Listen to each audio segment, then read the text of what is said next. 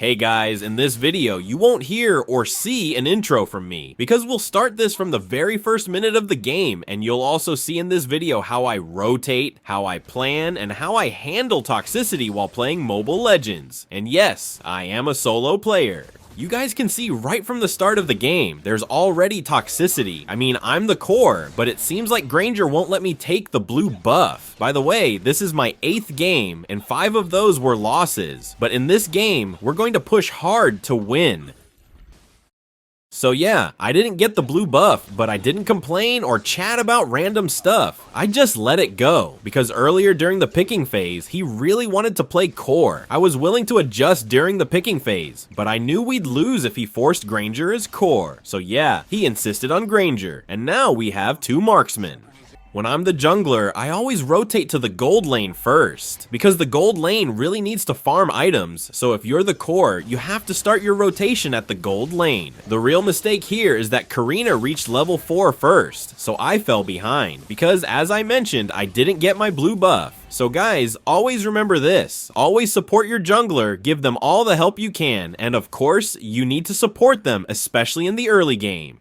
At this point, I was starting to get frustrated. I kept thinking about how to turn things around. We didn't have a fighter, and our gold lane was also struggling. This is the reality of being a solo player, guys. And by the way, this is mythic rank, but there are still players who barely cooperate. All I did here was focus on farming. I just tried to stay calm. I've also given up on trying to take the turtle. Even if I contest it, nothing's going to happen anyway. The blue buff and gold were the only things that mattered to me at this point, so I just tried to use my ultimate on the enemy here to prevent them from invading.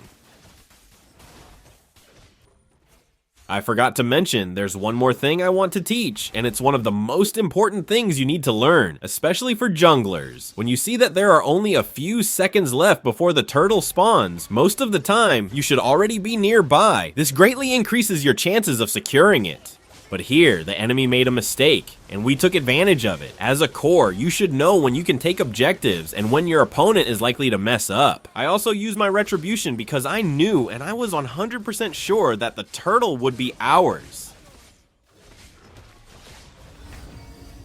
If you see a lot of heroes in the bottom lane, that's your chance to push the top lane. Like here, I saw on the map that Angela, Ruby, and Vale were there. Vale couldn't really get close, so we broke the top lane. When Karina came in, it was like she just committed suicide. That is how you read the mini-map. As a core, you are the one responsible for your actions. Not because you are a solo player, but also you are a core.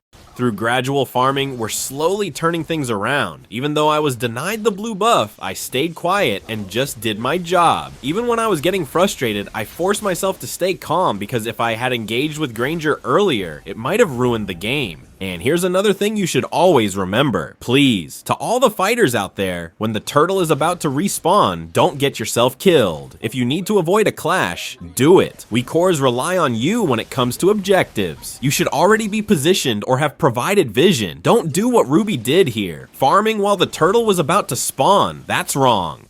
After I secured the turtle here, I used the river to quickly respond to our mid lane. Some people forget this, but when you take the turtle, use the river to boost your movement speed. What others do is go straight to farming after getting the turtle. If there's an opportunity, rotate immediately. Respond quickly. That's how a jungler should think.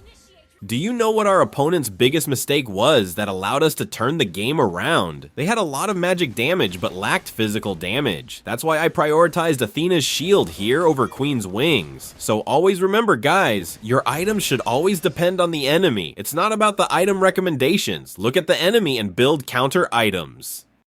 And because I was able to farm properly, unlike in the early game when I was falling behind, my confidence grew and I could now match all my opponents here. That's the biggest lesson I want to share with you in this content. This is very different from my previous content. I just want you to learn. I may not be a pro player, but it's really different when you stay calm and think strategically in this game.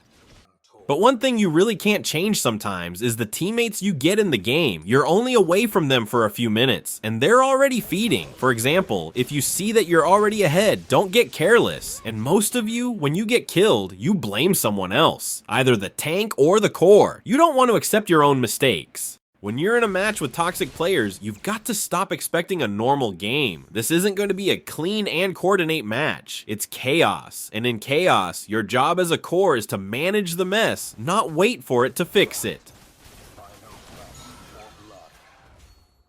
It's because the first Lord in this game had already respawned, so I went to the bottom lane to prepare. The only problem is, things didn't go as planned.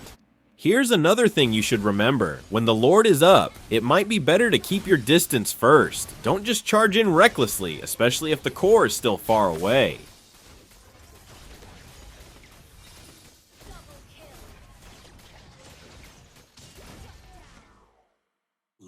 Fortunately, my team was starting to get it together here and showing some teamwork. They probably saw my effort, so maybe that's why. I'm not sure, I don't know. So here, we secured the Lord, and if you're the core, you know how crucial objectives are, especially when your priority is winning. Once you've secured the Lord, you need to immediately plan your next move, but make sure you're alive when the Lord starts pushing. Some players, when there's a Lord, start feeding one by one, so it ends up feeling like securing such objectives was pointless. When teammates see you calmly taking objectives, pushing waves, and making progress, some of them will start following. Even toxic players sometimes realize, okay, this guy knows what he's doing. They might never say thank you, they might still flame someone else, but they'll follow your tempo because you gave the team a direction when no one else would. This is one of the good strategies when the Lord is up. You don't necessarily have to accompany the Lord in pushing. Some players opt for a split push, as you can see in this game. Notice how Granger, Sicilian, and Natalia are in the top lane, while the Lord is in the bot lane. This is an excellent strategy. Give it a try in your next game.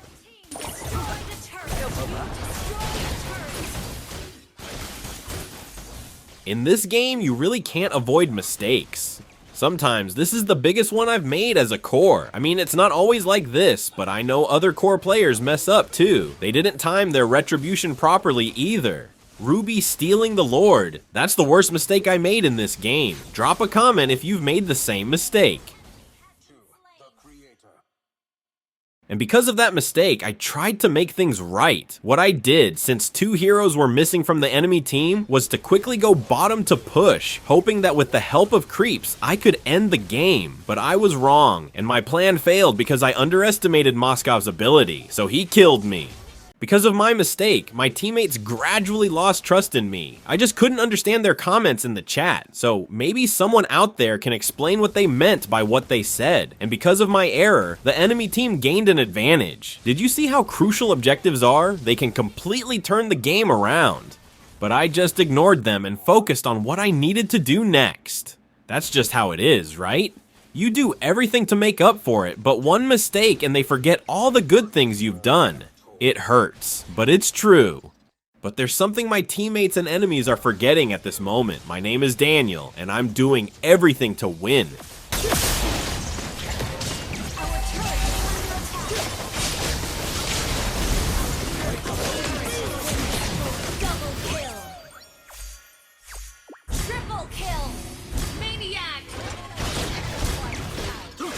This is how I handle toxic teammates, or the toxicity in Mobile Legends. I just really enjoy this game. For almost 8 years of playing, it's been my passion. I also love teaching others. Remember guys, I'm not a pro player, I'm just Daniel, someone who talks and shares. Thank you for watching. I hope you learned something. If you did, comment your favorite part of the game and your thoughts. Please don't forget to subscribe. Stay calm, stay sharp, and keep grinding. See you in the next one.